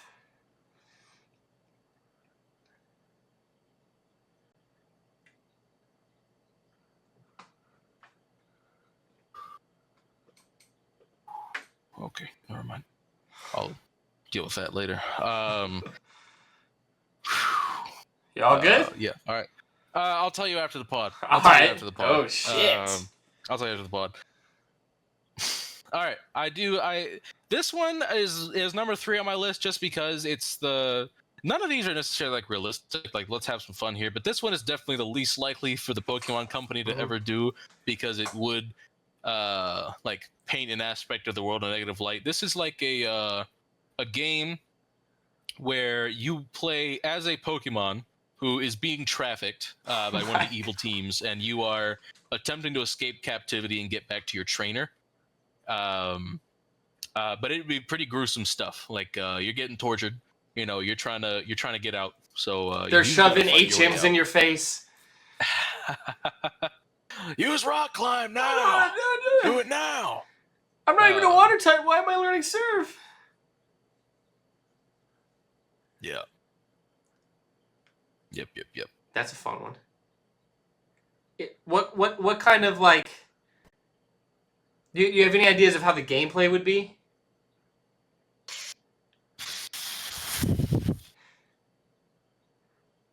I don't know. I didn't feel great about this one, so I didn't think too in Yeah. depth about this one. I think I this don't would have be. in-depth thoughts on mine. I didn't know if you did or not. I feel a little better about my other two as far as that's Sure. concerned. I'm also just more excited about the other two than this one.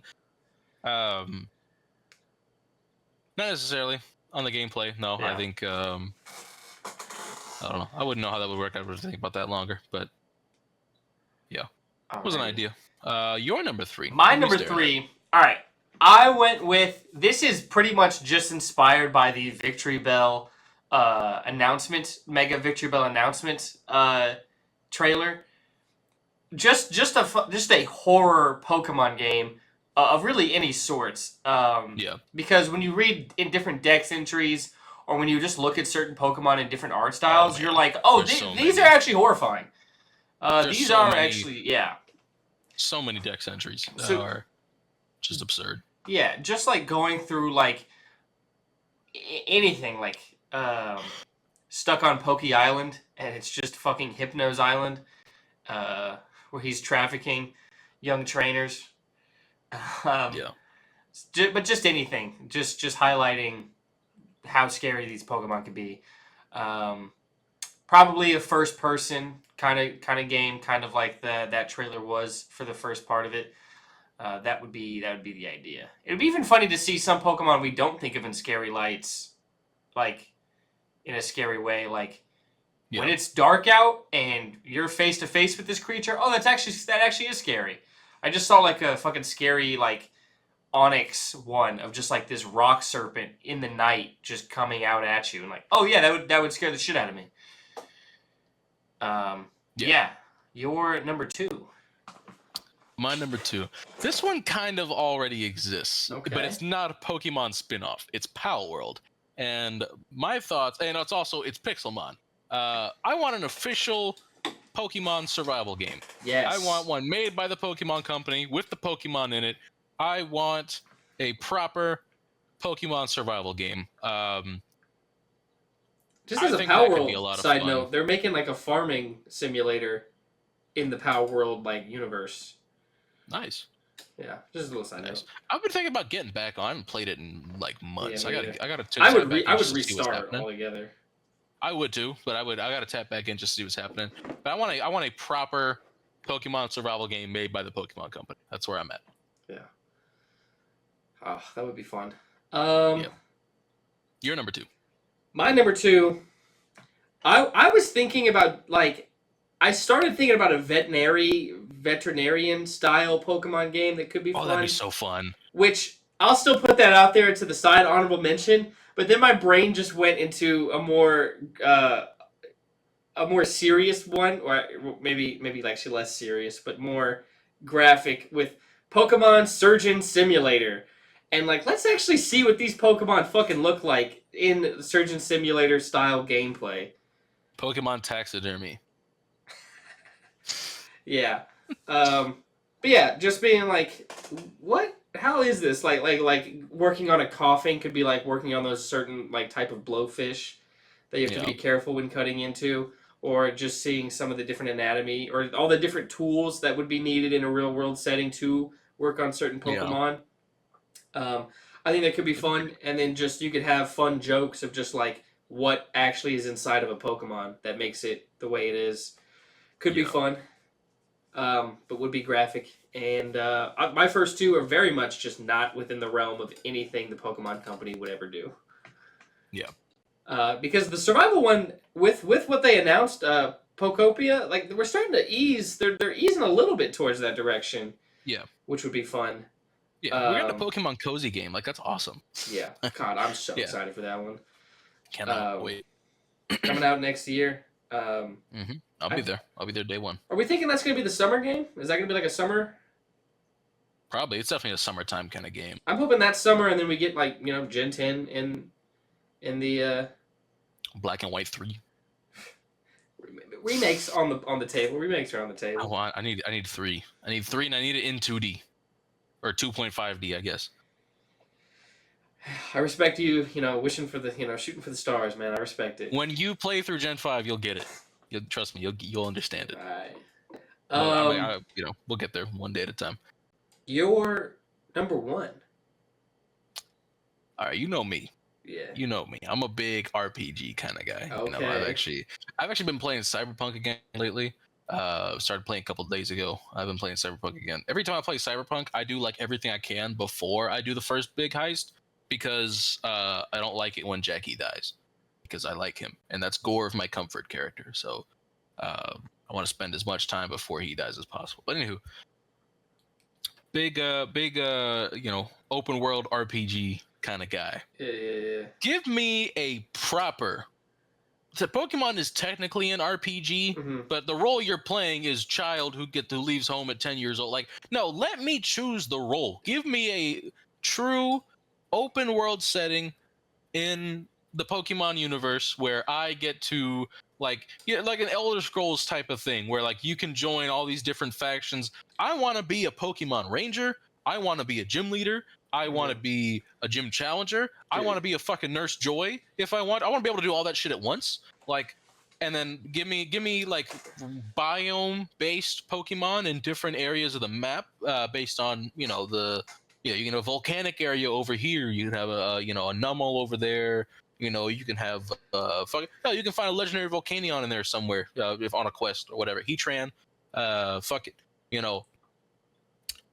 But give me a true RPG in the Pokemon universe, That not would be just sick. yeah. And then it got me. It even you saying that got me thinking of like it would be fun. I would like to go through. This might be a separate game because Zelda's not as traditional an RPG as probably what you're asking for. But like Yep. going through like a Zelda style dungeon where like Absolutely. the tools you use are like the Pokemon and their abilities. Like that would be fucking Yeah, fun. As that'd like be awesome. yeah, that would be fucking sick. Oh, that would be I think nice. so. And like the I legendaries, think I think it'd so. be cool. Like they have their quest designated to them, but you can still stumble if you just happen to somehow fucking stumble upon them where they would be. Like the quest like gives you the clues more so, but like just while going through the world, you can still just Yeah. accidentally stumble across a legendary. That'd be fucking nice. Yeah. Oh, yeah. You're number one. My number one isn't actually one game. Like they could do any different type. There's like multiple options for this one, but like the way Mario has Mario Tennis, Golf, Sluggers, give me the Pokemon equivalent of them. And I'm even thinking like Absolutely. basketball and football as well. Like we talked about on a segment like building a football team of Pokemon. Imagine doing that like actually with a video game and seeing the stats of these Pokemon and how they would work in different positions and then being able to play a fucking 11 on 11 with a Pokemon squad against someone else's. I think that'd be a lot of fun. Absolutely. But yeah. Like I think for like a team sport, you would play as a trainer, like managing the team, and then obviously when you're playing, you can take over different characters and play like you do in other sports games, and then for any like tennis, golf, any more solo sports or like I guess duo as well for like maybe tennis as well. But then there you just play as the Pokemon specifically. Could have a lot of different abilities like the rackets. They could focus a different move of a Pokemon into the racket and it could do something, or the club. Or, you know, the football, like Inteleon would have, like, fucking sniper. Like, he would just have great accuracy. Passimian, like, either arm strength or something like that. Like, it would, you know, play recognition. Like, it would... Shit could be nice. Shit could be nice. Just give me Pokemon Sports. Just like the Wii, just fucking reskin. Fuck it, reskin Wii Sports, add in like Pokemon abilities, and then boom, ship that shit out. Give me Deoxys speed at punt returner. Give me Regieleki on the kick return. Yes, sir. Absolutely. When you're so fast, you break Trick Room. Yeah. I'm putting you back. Who there. decided that? Trick Room versus the turn order. Who decided that? And that's not even like a stated ability anywhere like for it. He just does that. He just does that. He He just does that. He's so fast, he breaks Trick Room. Base stat total is too high for Trick Room to like function properly. It'd be so funny if that was unintentional. Like, however the coding for Trick Room works. I don't think it is intentional. Yeah, I don't know that, but I mean it's still in the game, so I guess maybe it is. But like, I don't know. I think it's funny. no, Pokemon's definitely the company to be like, oh, that was unintentional. Fuck it. Yeah, it's Oops. like, oh, we accidentally did something genius here. Let's leave it in the game. Yeah. Um, Who decided yeah. that? Who decided that? Fuck. Imagine being the first person to find that out. You're like, Reggie Alecki, get ready for Trick Room. You're fucked. What? Excuse me? I'm sorry. And like, The actual. Oh, sorry. Go ahead. and you're like, game's glitched. Let me do it again. And it just keeps doing it. You're like, oh, fuck. The actual clip that the who decided that is from one of the greatest ore farms in shonen anime history. It's Escanor from Seven Deadly Sins, whose powers like only work during the daytime, and I'm pretty sure that scene was like at nighttime, and the enemy was taunting him like, "Ha, you can't, whatever, like you can't reach your peak physical form." And I would say he's like, "Who decided that?" And he just gets fucking huge. Yeah, he's a big boy. I need a big boy. His sin was pride. So, yeah, very large man when he's in the sun. Yeah. But man, a true Pokemon RPG would be fucking sick. Yeah. Like I said, like I want to be able to like do my regular journey, but like also meet the Rangers along the way, and they're like, "Yo, you want to join the Rangers?" I'm like, "Fuck yeah, I'll take I'll do some side quests. I'll take over for the Rangers real quick." And then you hop back in once you're done, and then type shit. Or like, hell, let me join Team Plasma if I want to. I love a good like interactive story game, like with decisions that affect things. Because you can tell, because honestly, you could use Pokemon as a backdrop and just tell any story really. Yeah. With that, like that would be fun. The best spin-offs are the ones that treat it like a setting and not like the focus, because the focus is what the main games are. I like the Walking Dead Telltale games more than the show. I know they started as a comic book. I haven't seen the comic book at all. Yeah, but I've seen the show and the game, and I think it's like the game spinned off I think the show. I mean, maybe it's in order of operations at least. It went comic book, show, game.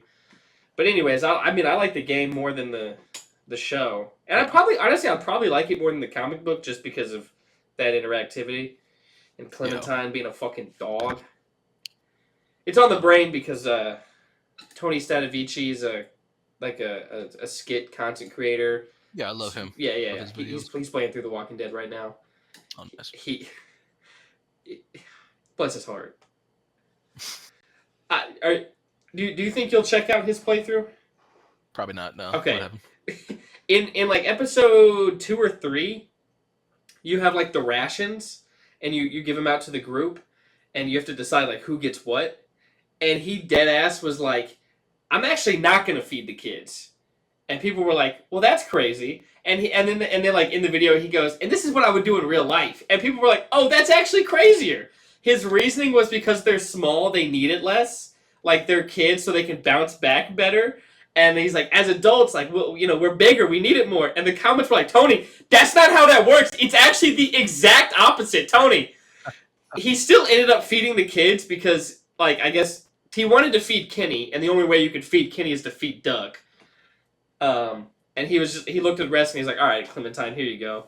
So he did end up feeding the kids, but people having to watch his reasoning as to why, it was like, "Tony, this is a bad idea.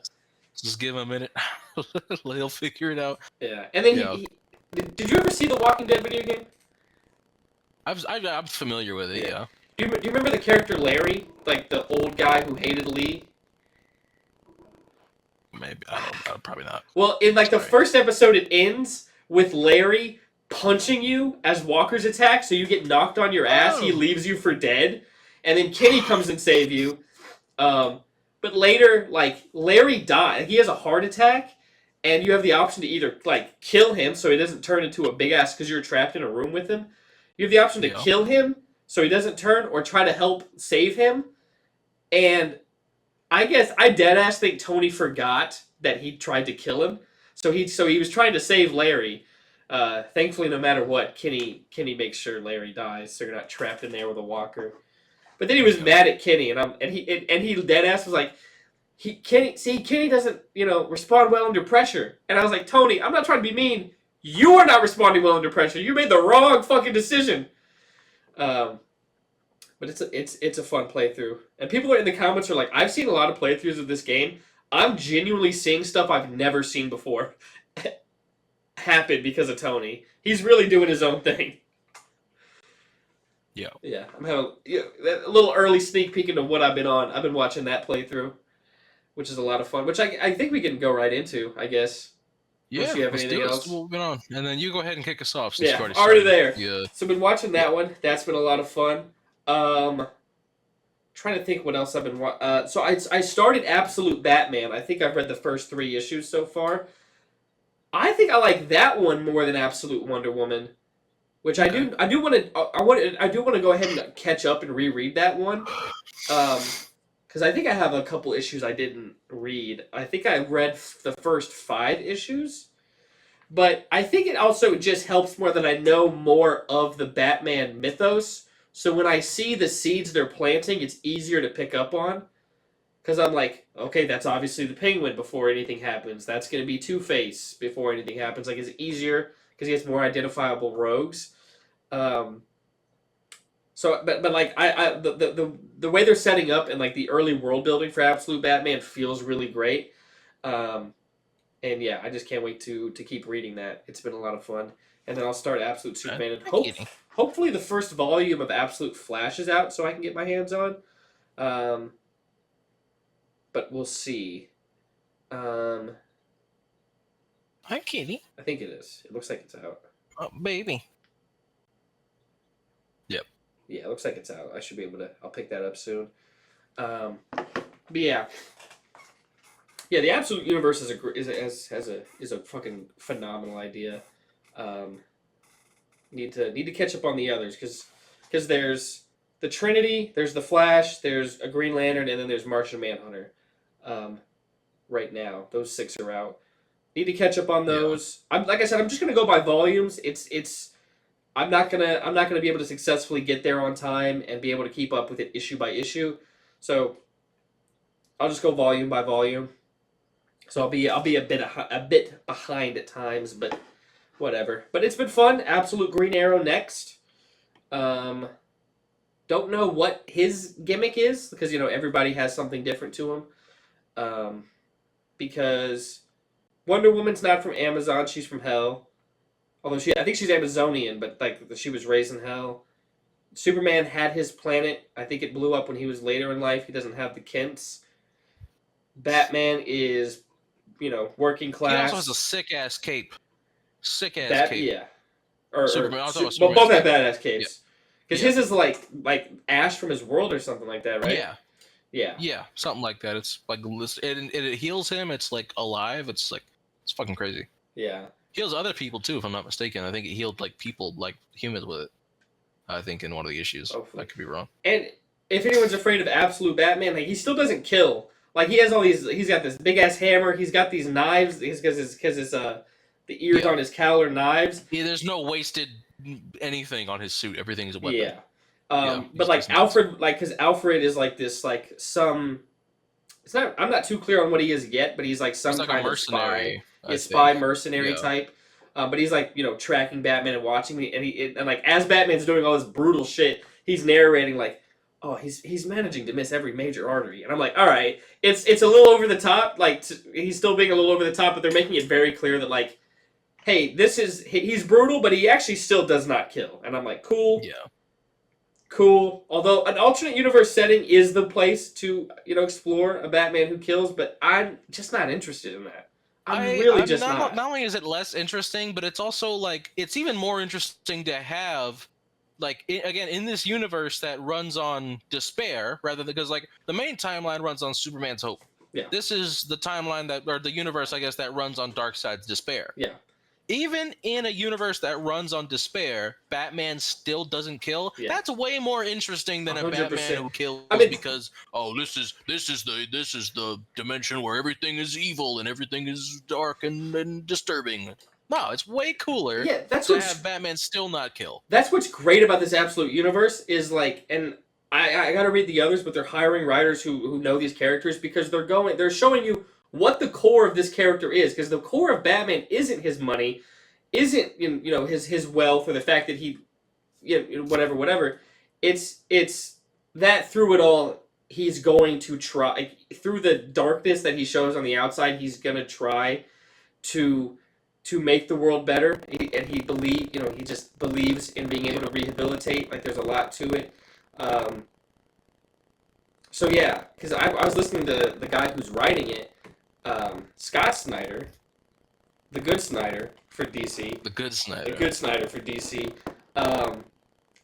I heard like a panel, people were asking questions, and the way he was just talking through everything, and he was talking about, okay, if this character's here, what would that mean for these other characters? And if Batman's this, then that means the Joker is going to be this, and like, because the Joker in this one, I haven't gotten there yet. He's a billionaire. He has all these resources, and that's why Batman. Yeah. So Batman is the agent of chaos in this, and the Joker is trying to maintain the order that is in place. Yeah, it's great. Plus, he's friends with all the other like villains because Yeah. they're all like that was his childhood friend group. Yeah, his childhood friends is It's Wayland, Oswald, Wayland, who's Croc, Nigma, and Harvey Dent. Yeah. So. Yeah, which is cool. And Cool Selena that that's Kyle, they're childhood friends in this. Onyx, what are you doing, baby? Have you seen what Absolute Catwoman I'm looks like? familiar with some of the. No. Did you see? You ain't see the pic? The pick? The pic. Hold First on. of all, Afro Latina baddie. And Onyx, what are you oh doing? my baby? god, Come on. they showed like a cover for her, or like I don't know if it was an alternate cover or what it was, but yeah. Oh, I think this is the pick. You'll know it when you see it. Yeah, I see the vision. Yo! Also, this Batman's 6'6", 7 feet in the suit. It's like 400 pounds, something like that too. He's ridiculous. Massive, which makes sense because it's like, all right, he doesn't have the tools, so he really is just relying on absolute, like. Yeah, that has to be. That has to be the. Right, it's this one, right? Yes. Oh my god! There's no way it has to be this one. Yeah. God damn. Okay, I see. I understand. Yeah. Afro Latina baddie. Catwoman's a character that's been more successfully race swapped than others. Like, because it happened so early on. Like in the '60s show, she was black. Her being kind of swapped around race-wise is almost a part of her character. She's always something different every time you see her. I got black, I got white. What you want? Yeah, she's all of the above. She's the definition of bad is bad. Bad is bad. We need Asian Catwoman next. Asian Catwoman up next. I mean, we've got Asian tomboy Lois Lane in one cartoon. Yeah, and My Adventures as Superman. Yeah, sure. Yeah, she's awesome. But we need Asian Catwoman. It's time. It's time. We need more Asian representation. The U.S. government's trying to outlaw Asians. You're tripping. The Samurai Turned Pretty is everywhere right now. I ain't watching that shit. I haven't watched an episode, but it's all over my TikTok, and like. See, I don't use TikTok. When the tea is hot, I know. You know what's funny? I know you don't, and I still do this. Because I guess your account or whatever, I still send TikToks to it. If I ever reinstall TikTok, I'm gonna have like hundreds of. Dude, you're gonna have a lot. Because I'm gonna watch all of them too. Every now and then I'll just see one and I'm like, I know he's not gonna see this, but let me send this to. And then sometimes I'll go to like the DMs and I'll just scroll up and I'll be like, let me just see the heat I sent him. Let me rewatch this. This is a banger. Yeah. Banger. Yeah, I get it. Anyways, I think that's about it for what I've been on. Okay. Like I said, I've been playing Cyberpunk a little bit lately. Caught up on Peacemaker. Hadn't seen the last two. Straight Heat. I watched The Suicide Squad for the first time. I forgot that. Ooh, hell yeah! How'd you like it? I liked it. It was a good watch. 8 out of 10. Real fun. And I pretty much liked it. You'll like Peacemaker. Yeah, I watched it to be able to watch Peacemaker. Okay. Yeah. I was initially like I wasn't concerned, but I was more interested with how it was gonna unfold, like the premise of the show they were setting up. But it's unfolding pretty much perfectly, like as far as how they could execute it. The execution's been terrific so far, so I have no complaints. I'm really liking it. Music. So I listened. There's a new Wednesday album. Rest in peace, Wednesday the Rattata. This is Wednesday's first album since Rat Saw God, which is what that Rattata was named after. Was not a huge fan of that album. This one was called Bleeds, I'm pretty sure. Much better album. This album was actually pretty awesome. Very much like Bleeds. I should listen to it again tomorrow. Like Bleeds a lot. I listened to this. Came out a little while ago. I think it was like sometime in August. Never really got around to it. It's a self-titled album by Racing Mount Pleasant. It ended up being really good. Surprised it took me this long to get to it, 'cause people were really messing with it. I got around to it eventually. Really liked it. And then also this new album from Die Spitz. I don't remember what it was called. I'm pretty sure it's their debut album. Was not crazy about it. I didn't hate it, but I didn't think it was anything special. It was solid, but like there was a single that came out right before the album that I really liked, and so I was excited for the album. That single ended up being like one of like 3 songs on the album that I gave a shit about. Like the rest I didn't care. So it's just kind of how it goes. But yeah, I think that's about. That might be it for what I've been on. I haven't read in a while. I need to pick the books back up. I need to start reading again. Same. But yeah, I think that's it. I think that's the list. All right. Then good. Yeah. Almost 2-hour pod. Nice. Yep. Solid. Pod.